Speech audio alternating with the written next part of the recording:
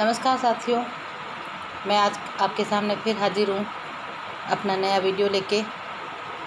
पिछली कक्षा में हमने पढ़ा था बेसिक एजुकेशन एंड कम्युनिकेशन का सेकंड यूनिट। आज मैं थर्ड यूनिट स्टार्ट करवाने जा रही हूँ, जिसका शीर्षक है guidance and counselling in education, यानी शिक्षा में निर्देशन और परामर्श। देखिए स्टूडेंट्स, निर्देश और निर्देशन में बहुत अंतर होता है। निर्देशन किसी को निर्देश देना नहीं है, निर्देशन देना और निर्देश देना दोनों ही अलग अलग है। निर्देश देना मीन्स व्यक्ति अपने विचारों को दूसरों के ऊपर थोपने का प्रयास करता है, बल्कि निर्देशन उससे बिल्कुल अलग प्रक्रिया है। निर्देशन एक ऐसी प्रक्रिया है जिसमें निर्देश देने वाला तथा निर्देश प्राप्त करने वाला, यानी दोनों ही पक्ष होते हैं, वो सक्रिय होते हैं। निर्देशन में किसी भी समस्या का समाधान नहीं किया जा सकता, बल्कि उस समस्या को समाधान करने का प्रयास किया जाता है। किसी को भी निर्देशन देकर उस समस्या को समझ के और व्यक्ति उस समस्या के समाधान के लक्ष्य को प्राप्त करता है। क्रो एंड क्रो ने निर्देशन को परिभाषित करते हुए कहा कि निर्देशन वो शब्द नहीं है, निर्देशन वो आदेश नहीं है जो व्यक्ति को दूसरे पर थोपता है, व्यक्ति को दूसरे का कार्य करने के लिए उसको मजबूर करता है। अर्थात योग्य तथा प्रशिक्षित युवक या युवती को वो सहायता प्रदान करना जिससे वो अपनी जीवन प्रक्रिया को सुगठित करे। ऐसा क्रो एंड क्रो का कहना है। जैसा कि गुड ने कहा कि निर्देशन व्यक्ति के व्यवहार को प्रभावित करने के लिए गतिशील परस्पर संबंधों का एक प्रक्रम है, यानी कि व्यक्ति निर्देशन से अपने दृष्टिकोण को स्वयं विकसित करे, स्वयं अपने भार को वहन करने का उद्देश्य करे। ये मतलब निर्देशन का अर्थ है कि वो अपनी समस्या का समाधान समाधान करने में खुद सक्षम हो सके, खुद अपने लक्ष्य तक पहुंच सके, किसी का बोझ या किसी के बोझे को वो न ढोए। ये निर्देशन का अर्थ है। अब मैं आपको बताऊंगी नेक्स्ट पॉइंट, निर्देशन की विशेषताओं के बारे में, यानी द कैरेक्टरिस्टिक ऑफ गाइडेंस। निर्देशन एक ऐसी विशिष्ट प्रक्रिया है जिसमें विशिष्ट कर्मचारियों सहित उसकी प्रणाली या पद्धति होती है।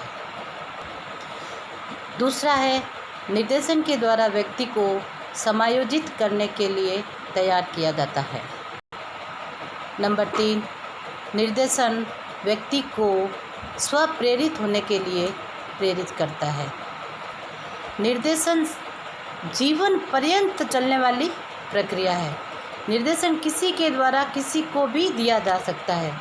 छोटे बच्चे द्वारा बड़ों को दिया जा सकता है, बड़ों के द्वारा छोटों को तो दिया जाता ही है। निर्देशन एक परस्पर समूह में दिया जाता है और निर्देशन इंडिविजुअल एक व्यक्ति को भी दिया जाता है। इस प्रकार हम कह सकते हैं कि निर्देशन समग्र जीवन तक चलने वाली प्रक्रिया है, यानी समग्र जीवन में जीवन पर्यंत चलने वाली प्रक्रिया निर्देशन है। निर्देशन व्यक्ति के सर्वांगीण विकास पर बल देता है। निर्देशन समस्या का हल नहीं करता, लेकिन उस समस्या को हल करने के लिए अभिप्रेरित करता है। निर्देशन व्यक्ति को स्वयं को समझने के लिए प्रेरित करता है। निर्देशन व्यक्ति को स्वाधीनता में वृद्धि और स्वयं के प्रति उत्तरदायी होने के लिए प्रेरित करता है। तो स्टूडेंट्स, अब मैं आपको बताऊंगी कि निर्देशन की प्रकृति क्या है, यानी निर्देशन का अर्थ पढ़ा हमने, विशेषताएं पढ़ी। अब मैं निर्देशन का नेचर बताऊंगी कि उसकी प्रकृति क्या है। तो बच्चों, उसका फर्स्ट पॉइंट है, निर्देशन एक सतत प्रक्रिया है। The guidance is continuous process, यानी निर्देशन जीवन पर्यंत चलने वाली वह प्रक्रिया है जो व्यक्ति को व्यक्तिगत तथा सामाजिक समायोजन करने में सहायता प्रदान करता है।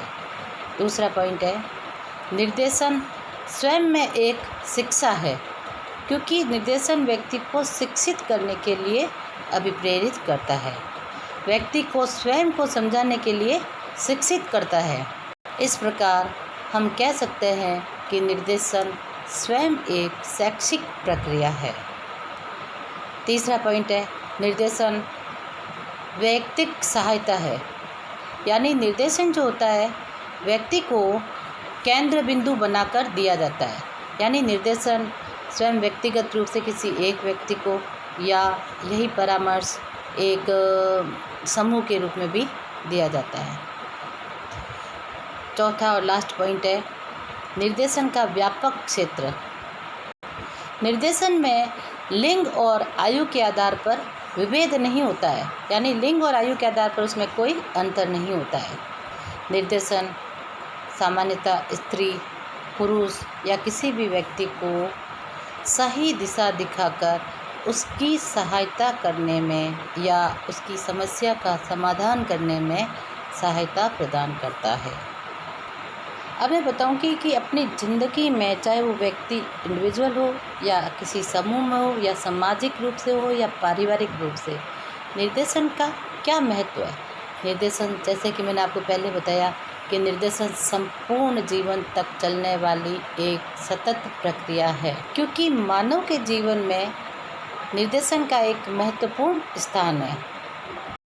हर मनुष्य को, चाहे वो छोटा हो चाहे बड़ा हो, उसके जीवन में उसे निर्देशन की आवश्यकता हर कदम पर पड़ती है, हर ज़रूरत के समय पड़ती है, हर समस्या को समाधान करने के लिए निर्देशन की आवश्यकता पड़ती है, क्योंकि निर्देशन व्यक्ति के जीवन की समस्याओं का समाधान करके उसके जीवन को सुगम तथा उसे लक्ष्य तक पहुंचाने की सहायता प्रदान करता है। प्राचीन काल में भी निर्देशन की प्रक्रिया थी, लेकिन उस समय क्या था, अपने वर्तमान स्वरूप से प्राचीन काल में निर्देशन का स्वरूप जो था वो आज के समय से भिन्न था। वो भिन्न किस प्रकार था, मैं आपको बता रही हूँ। उस समय आदेशात्मक निर्देशन का प्रचलन था, जैसे घर और परिवार में मुखिया अपना आदेश निर्देशन देता था। अपने परिवार को चलाने के लिए मुखिया के निर्देश के अनुसार उसका परिवार चलता था। जब शिष्य गुरुकुलों में पढ़ाई करने जाता था तो गुरु जी के आदेश को मानता था, गुरु के निर्देशन को मानकर वो अपनी शिक्षा प्राप्त करता था। प्राचीन काल यानी वर्तमान समय से परे प्राचीन काल में व्यक्ति का जीवन सादा एवं सरल था, इसीलिए निर्देशन के स्थान पर व्यक्ति को निर्देश दिए जाते थे। हालांकि मैं ये नहीं कह सकती भाई प्राचीन काल में निर्देश दिए जाते थे तो अब वर्तमान में नहीं है। वर्तमान में भी कुछ परिवारों में, नहीं सभी परिवारों में मुखिया होता है, वो अपने घर में अपने बच्चों को निर्देशन तो देता ही है, साथ में निर्देशन के साथ उसको आदेश देता है कि ये कार्य इस समय यथासंभव आपको करना ही है। तो ये एक निर्देश हो गया। निर्देशन देना यानी अपन इस काम को ऐसे करेंगे तो वो कार्य सफल हो जाएगा। तो प्राचीन काल में यही निर्देशन एक निर्देश की भांति आदेश दे के अपने बड़े अपने से, चाहे वो मुखिया हो चाहे किसी भी धर्म जाति लिंग का हो, निर्देश देकर वो कार्य करवाते थे, किसी भी समस्या का समाधान करते थे। अब प्राचीन ज़माने को छोड़कर वर्तमान ज़माने में, वर्तमान समय में जहाँ हर समस्या अपना मुंह फाड़े खड़ी हुई है, तो निर्देश की जगह निर्देशन की सहायता हर पल हर घड़ी किसी भी व्यक्ति को, किसी भी समूह को, किसी भी समाज को, यानी किसी भी इंसान को हर जगह कहीं न कहीं निर्देशन की आवश्यकता पड़ती है और उसी निर्देशन से व्यक्ति अपनी समस्या का समाधान कर अपने लक्ष्य की ओर पहुंचता है। वैयक्तिक भिन्नता यानी इंडिविजुअल डिफरेंस होने की वजह से अलग अलग व्यक्ति को अलग अलग निर्देशन दिया जाता है, यानी दो व्यक्ति दो अलग अलग गुणों के होते हैं। दो व्यक्ति अलग अलग अपनी मनोदशा के कारण अलग सोचते हैं, अलग करते हैं, इसीलिए अलग अलग व्यक्तियों के लिए अलग अलग निर्देश दिए जाते हैं। इस प्रकार हम कह सकते हैं कि अलग अलग व्यक्तिक भिन्नताएं होने के कारण, अलग अलग व्यक्ति की मनोदशाएं होने के कारण अलग अलग तरीके से निर्देश या निर्देशन दिया जाता है। दूसरा है परिवर्तित शिक्षा प्रणाली। पहले शिक्षा का क्षेत्र संकुचित था। जैसे जैसे ग्लोबलाइजेशन, भूमंडलीकरण होने के कारण शिक्षा का क्षेत्र संकुचित न रहकर अब व्यापक हो गया। तो इस व्यापक शिक्षा प्रणाली के अंतर्गत कई आयोग अपने भारत में आए, जैसे मुदालियार आयोग 1952, 1964 में डॉक्टर DS कोठारी का कोठारी आयोग, जिसने कोठारी साहब ने बोला कि व्यावसायिक शिक्षा पर ज़्यादा बल दिया, शिक्षा प्रणाली को 10th + 2 + 3 कर दिया गया। इस प्रकार शिक्षा के व्यापक रूप के लिए अलग अलग आयोगों ने अलग अलग निर्देशन दिए और शिक्षा का एक संकुचित रूप से हटकर शिक्षा को एक व्यापक स्वरूप देने में उन्होंने अपने कदम उठाए। तीसरा है अपव्यय तथा अवरोधन। हमारे भारत देश में हमारी शिक्षा जगत में सबसे बड़ा कारण अपव्यय तथा अवरोधन का है।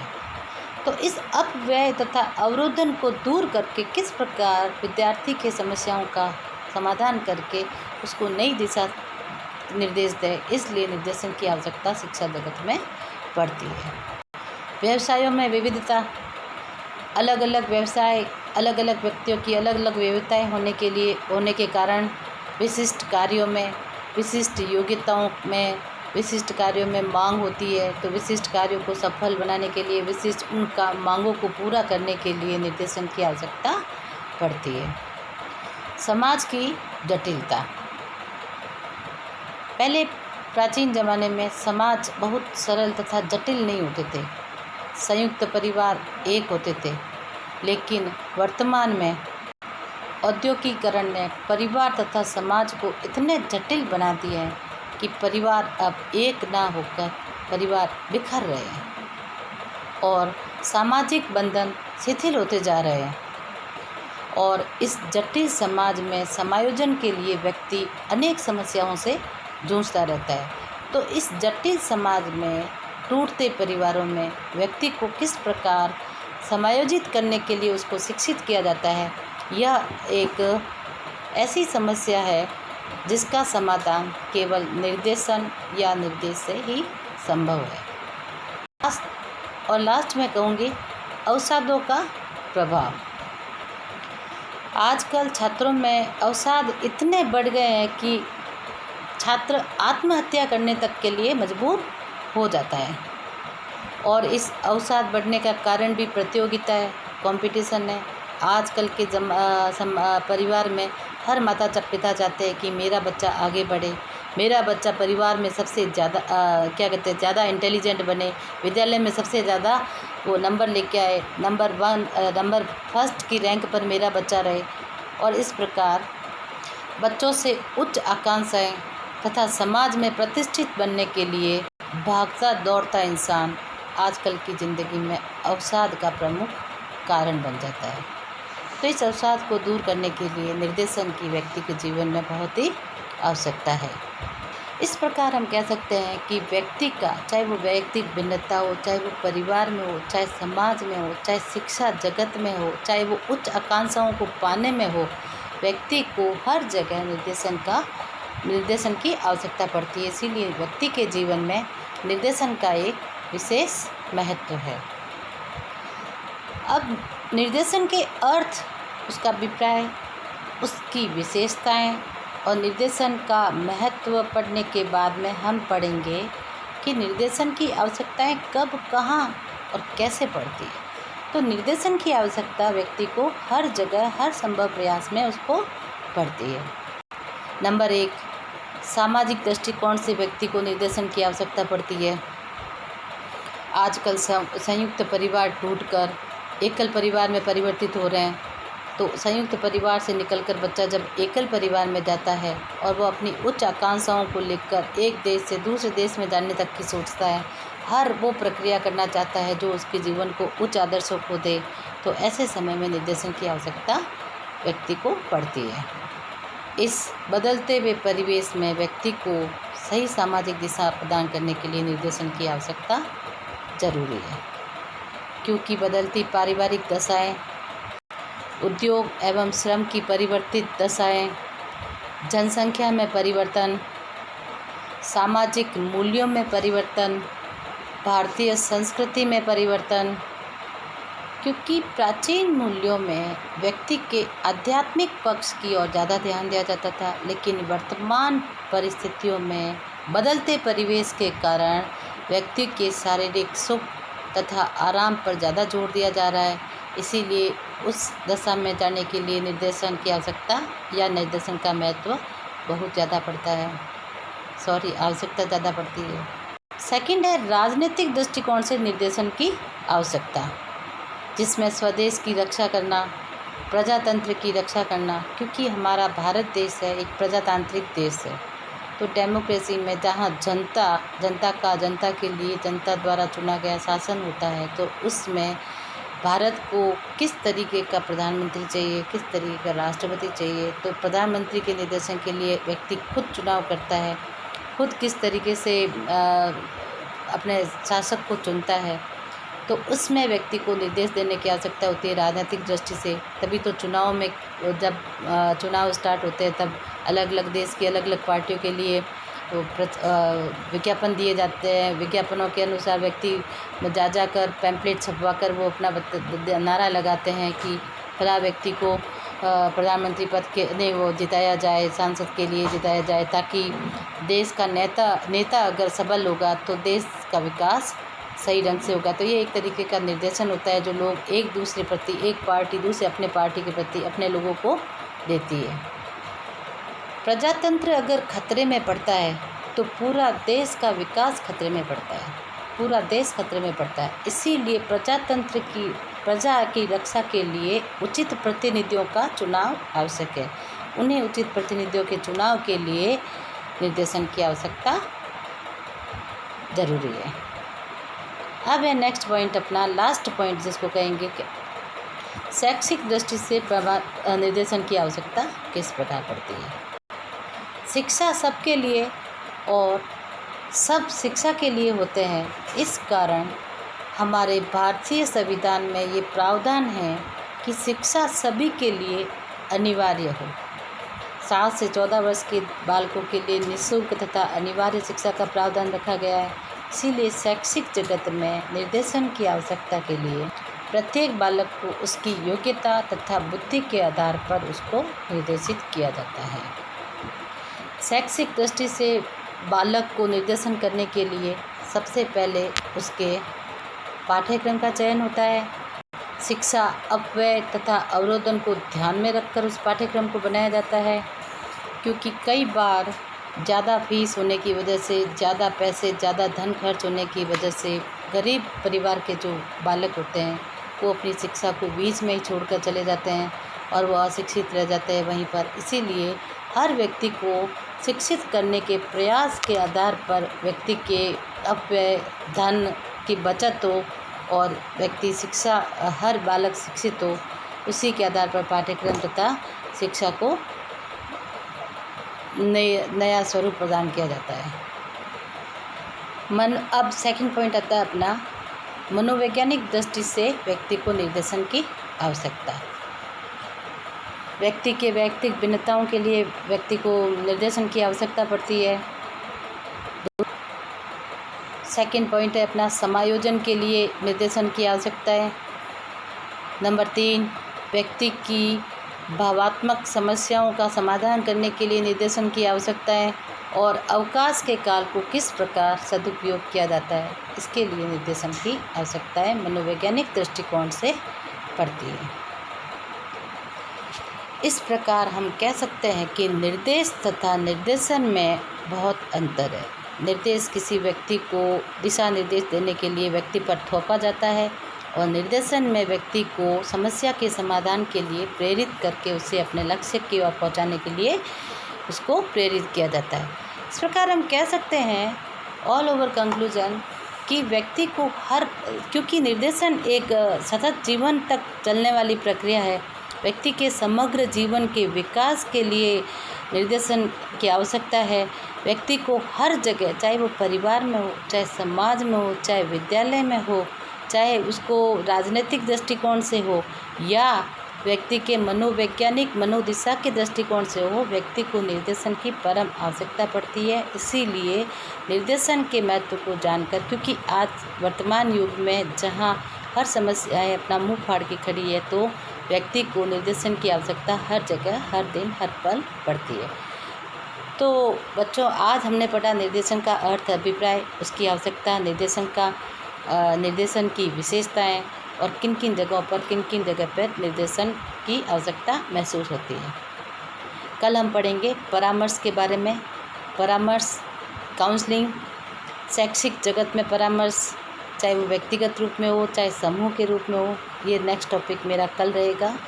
और ये वीडियो आपको पसंद आया हो तो वीडियो को लाइक तथा सब्सक्राइब ज़रूर करें और पास में घंटी का बटन ज़रूर दबाएं आप, ताकि आने वाले जो वीडियो है वो अपलोड होंगे तब आपको आसानी से प्राप्त हो सके। जय श्री कृष्णा, नमस्कार।